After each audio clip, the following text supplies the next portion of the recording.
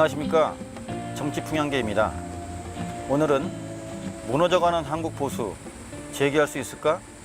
라는 주제로 진행하겠습니다. 한국갤럽이 지난 11일 발표한 여론조사 결과 정당 지지율이 더불어민주당 43%, 국민의힘 19%로 나타났습니다. 국민의힘 지지율이 20%를 밑돈 것은 미래통합당이 국민의힘으로 당명을 바꾼 지 한 달 만인 2020년 10월 17%를 기록한 이후 처음입니다. 전날 나온 전국 지표 조사 결과에서도 국민의힘 지지율은 19%였습니다. 6.3 대선 때 당 후보가 기록한 41% 득표율에 절반에도 못 미치는 수준으로 주저앉은 것입니다. 양당 체제가 공고한 정치 지형에서 지지율이 10%대로 추락한 것은 국민의힘이 민주당에 대항할 만한 자질을 가졌는지 의심하는 국민이 많아졌다는 의미입니다. 국민의힘은 심지어 대구 경북과 부산 울산 경남에서도 민주당에 뒤졌습니다. 전통 지지층마저 국민의힘을 탐탁치 않게 여긴다는 뜻입니다.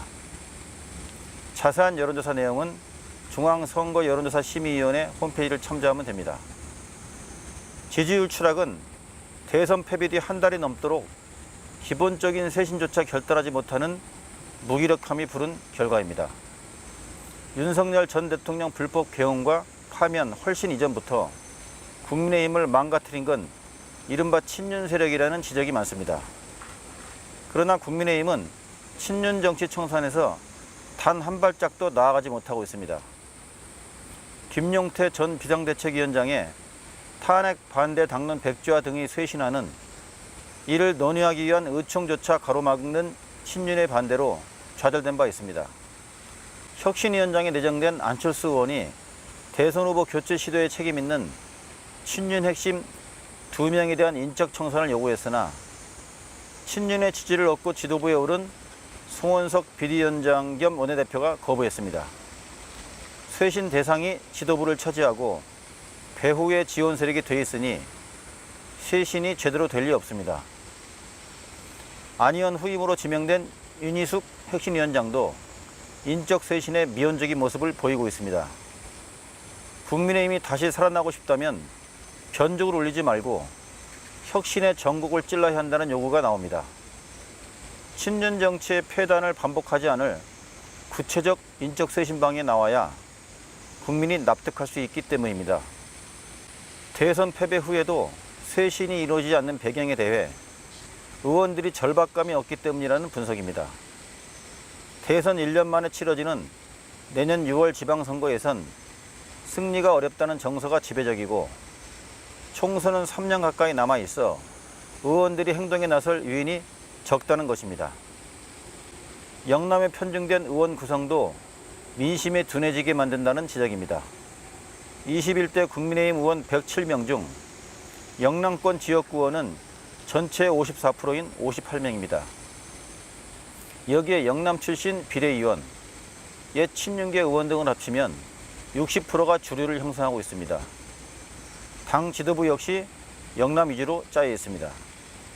영남에서 국민의힘 공천곳 당선이라는 공식이 작동하기 때문에 여론보다는 당내 정치의 중요성이 큽니다. 그러기 위해선 당내 분란을 일으키지 않는 편이 나을 것입니다. 한 수도권 의원은 영남권 의원들 중 다음 지방선거에서 시원하게 져야 오히려 그 반동으로 총선에서 승기를 잡을 것이라는 이야기를 하는 사람도 있더라며 우리와 인식차가 너무 커 놀랐다고 기뜸합니다. 한국 보수 정치는 재기할 수 있을 것인가? 6.3 조기 대선과 그 이유를 관통하는 질문 중 하나는 이것일 것입니다.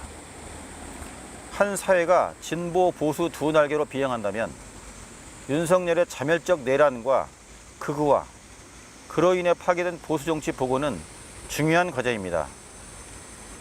하지만 대선 한 달여가 지난 지금의 현실은 참패보다 더 뼈아픈 대재앙입니다. 한국의 보수 정치는 왜 번번이 실패할까요? 해방 이후 한국 정치를 양분한 한 축이 21세기 들어 호남 기반 평화민주당 세력에서 민주화운동 그룹으로 이제 수도권과 온건 중도 전문가들로 변모해갈 동안 보수 정치의 중심은 그리 달라지지 않았습니다.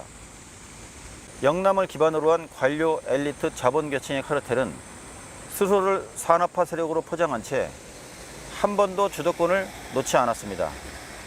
그들은 정치는 돈과 조직이 전부라는 낡은 정치를 신조로 반세기 넘게 버텨왔습니다.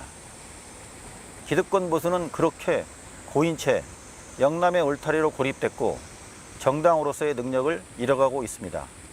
수권 능력이 없으니 업둥이를 데려와 매번 간판가리를 하고 버리는 임시 변통 정치는 필연입니다. 이쯤이면 그 정당과 보수 정치의 이념이 배신 척결인 것도 어쩌면 당연할 것입니다. 천하 패권 쟁투가 벌어지건 말건 그들에겐 손바닥만한 그들 동굴에서 벌이는 당권 난투가 더 중요하기 때문입니다. 보수는 민주화 공화 중에서도 다원적 공동체가 핵심 원리인 공화를 더욱 무겁게 여깁니다.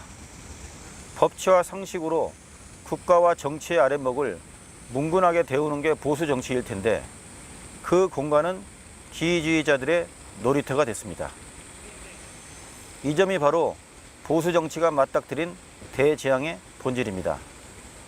이 기득권 카르텔을 객토하지 않는 한 보수 정치의 미래를 이야기하는 건 무망할 것입니다. 오늘은 여기까지입니다. 감사합니다.